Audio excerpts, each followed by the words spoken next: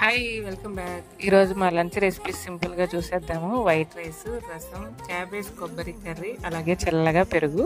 మిగతా అన్ని ఈజీ కాబట్టి కర్రీ ప్రాసెస్ చూసేద్దాం. ఫస్ట్ అయితే ప్యాన్లో ఆయిల్ వేసుకొని పోపు దినుసులు, కరివేపాకు, ఎండుమిర్చి, వెల్లుల్లిపాయలు వేసి ఫ్రై చేసుకోవాలి. అవి ఫ్రై అయిన తర్వాత ఆనియన్స్ కట్ చేసుకుని వేసుకొని ఆనియన్స్ కూడా ఫ్రై అయిన తర్వాత చిన్నగా కట్ చేసుకున్న క్యాబేజ్ వేసి కొద్దిగా సాల్ట్ వేసుకొని సిమ్లో పెట్టి ఒక 10 మినిట్స్ బాగా ఫ్రై చేసుకోవాలి.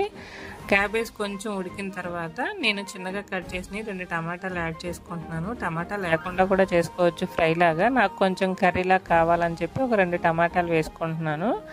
టమాటాలు యాడ్ చేసిన తర్వాత సాల్ట్, పసుపు, కారం మన టేస్ట్ తగ్గట్టు వేసుకొని మూత పెట్టేసి టమాటా బాగా మగ్గిపోయే వరకు ఫ్రై చేసుకోవాలి. తర్వాత పచ్చి కొబ్బరిని మిక్సీ చేసేసి అది కూడా యాడ్ చేసి ఇంకో 2 నిమిషాలు ఫ్రై చేసుకొని ఫైనల్గా కొత్తిమీర వేసుకుంటే క్యాబేజ్ కొబ్బరి కర్రీ అయితే రెడీ. నచ్చితే ఒక లైక్ ఇచ్చి సబ్స్క్రైబ్ చేసుకోండి.